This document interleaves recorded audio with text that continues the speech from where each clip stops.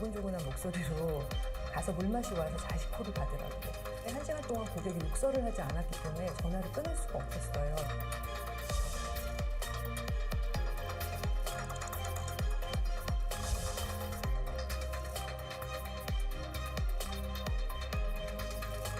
부산시 구석계는 우리 고생 사람들을 따서 제가 확답을 드릴 수 있는 민원이고요.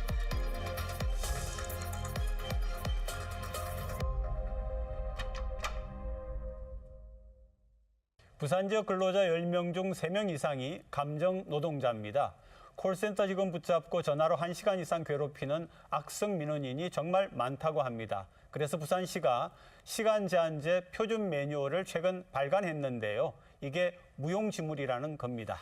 감정 노동자 어떻게 정의할 수 있고 어떤 직종들이 있습니까? 감정 노동자라고 한다면 뭔가 불만 접수라든지 고객의 그 불만을 이제 해결해 드리는 역할을 좀 하고 있는 직종들이 많이 들어가 있습니다. 그래서 친절함을 베이스로 이제 서비스를 제공하는 직무들이 대부분 포함이 되고요. 콜센터를 좀 포함을 해서 이제 판매원이라든지 식당 종업원까지 많은 부분들이 감정 노동자라고 보일 수 있을 것 같습니다. 부산시의 감정 노동자 수가 정확하게 몇 명이 되는지 이게 실제 파악되어 있습니까? 네, 이제 굉장히 저는 이 감정 노동자라는 단어에 대해서 네. 좀 사전적으로 찾아봤더니 좀 재밌게 접근했습니다. 네네. 사전적으로는 판매업, 대여업, 개인 대여. 서비스업, 사회, 복지, 보건, 돌봄업, 그리고 네. 제일 중요한 게 등.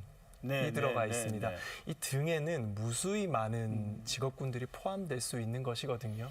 그래서 우리가 지금은 감정 노동자가 52%라고 그 통계를 가장 주요하게 보고 있지만 52%. 사실은 통계가 너무나 상이합니다. 그렇겠죠. 네. 이것은 무슨 말이냐면 감정 노동자가 어디서부터 어디 직군까지 들어가야 될지에 대해서 우리가 아직까지 범주화를 하지 못하고 네, 네. 있는 것입니다. 그래서 고객의 대상을 모르기 때문에 처방도 할 수 없는 네, 그런 네. 상황이다라고 저는 생각합니다. 부산시가 작년에 감정 노동자 권익 보호 기본 계획이라고 하는 걸 수립했다고 해요. 그래서 이제 감정 노동자 권익 보호에 앞장서겠다라고 했는데 실제 현장이 좀 그래서 나아지고 있는지 궁금한 거죠. 네, 이제 감정 노동자와 관련된 예산을 애초 6억 정도로 네. 편성을 할 계획이었습니다. 네, 그런데 네. 실제로 검토를 해보다 보니까 결국에는 9천만 원 정도로 편성하는 너무 것으로 많이 깎였는데요. 결론이 났다고 네. 해요. 그런데 여기서 가장 중요한 포인트는 두 가지입니다. 몇 프로인지조차 추산을 제대로 할 수 없다는 것입니다. 왜냐하면 대부분의 노동은 사실은 행복할 수는 없습니다. 네네. 대부분의 영리에는 어느 정도 감정이 소비되고 사실은 행복한 상태로 노동을 하는 경우는 거의 없거든요. 그렇기 때문에 우리가 어디서부터 어디까지를 감정 노동자로 볼지를 도저히 범주화하는 것이 불가능하다. 두 번째는 노동권익센터에서 네. 이미 유사 업무를 하고 있습니다. 그렇기 때문에 부산시에서 6억이라는 이 예산을 다시 투입해서 중복 업무를 하는 것은 좀 무리가 있었다. 그래서 이런 차원에서 예산 삭감이 일어났다라고 생각합니다. 그러니까 매뉴얼 적용이나 예산의 그런 부분에서 제대로 안 됐다 이런 얘기인데요. 네, 아무래도 이러한 제도를 적용을 하거나 그리고 정책을 지원을 하기에 앞서서 가장 근본적으로 해결이 되어야 될 부분은 인식 개선의 문제입니다. 네. 기업의 인식 개선이 필요하고 시민 전체의 인식 개선이 필요합니다. 기업 같은 경우는 이렇게 불만 접수나 그리고 소비자를 만족시키는 것에만 집중을 해서 근로자의 감정이 이렇게 상해버리는 상황들을 당연한 직무로 여겨버리면 안 되는 부분인 것이고요. 시민분들도 서비스를 받는 부분이나 서비스를 제공하는 것에 있어서 동등한 인격체로 존엄성을 좀 존중을 해줘야 하는데 그러한 부분에 대해서 권리에 대한 의식이 좀 잘못되어 있는 부분은 개선이 필요한 부분입니다. 실제로 80.2%의 우리가 특수 직군의 감정 노동자라고 분류되는 분들이 네. 폭언이나 인권 침해를 겪었다라고 답을 했습니다. 주 1회 이상이요.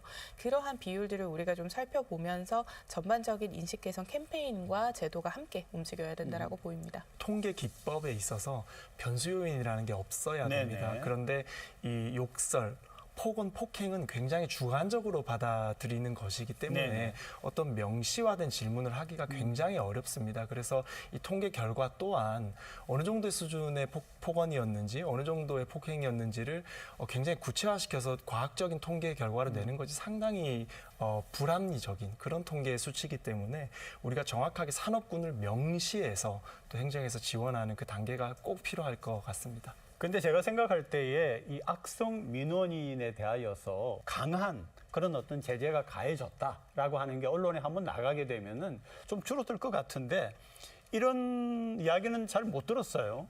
네, 이제 대한민국 국민이라면 다 들어보셨을 거예요. 콜센터에 전화하면 폭언, 욕설을 하면 처벌받을 수 있습니다. 네. 라고 고지를 합니다. 네, 아마 네. 다 들어보셨을 건데 처벌받았다라는 사람은 본 적이 그러니까요. 없을 겁니다. 네. 이게 왜 그러냐면 기업에서 이미지 때문에 정말 폭언 폭행을 한 사람들을 형사 조치를 하지 않기 때문입니다. 먼저 이제 고용주인 기업에서 본인들의 가족이나 다름없는 사원들을 대상으로 법적으로 아주 안전하게 보호할 수 있는 경영 마인드가 먼저 확립되어야 됩니다. 그리고 두 번째로는 행정에서 제가 지속적으로 말씀드리고 있듯이 콜센터와 같이 정말 지원이 필요한 산업군을 명시적으로 우리가 분류해서 그 산업군들을 중심적으로 지원하는 그런 제도 마련이 필요하다라고 생각합니다. 두 분에게 혹시 감정노동에 하루 체험 같은 그런 제의가 들어온 건 없었습니까? 부산시 의원들께. 아쉽게도 아직까지 그렇게 네. 직접적인 제안은 없었습니다. 저는 이미 정치인들은 50%의 반대 진영에게는 미움받아야 되기 때문에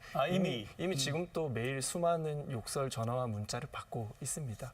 그러세요? 네, 저희도 감정 노동자시군요. 이제 보니까. 네, 알겠습니다. 감정 노동자분들의 권익을 보호하고 이분들을 지원하기 위해서 가장 필요한 것 좀 지적해 주시죠. 우선은 전반적인 근로 환경의 개선은 반드시 필요합니다. 그리고 시에서 지원을 하겠다라고 기본 계획은 쌌지만 결과적으로는 50인 미만 사업장 정도로 해서 비정규직이나 프리랜서들 같은 경우는 또 보호를 받지 못하는 사각지대에 노출이 되기 때문에 네. 전반적으로 자신이 이러한 감정 노동으로 인해서 피해를 입은 경우에 해소할 수 있는 창구가 우선은 필요할 것이고요. 네. 그리고 근무에 대해서 당연히 보장이 되어야 하는 휴게 시간 그리고 심리 상담이나 여러 가지 고충 토로를 할 수 있는 기관이 또 별도로 설립이 되어야 된다라고 보입니다. 네. 네, 지속적인 재사회화의 플랫폼이 필요합니다.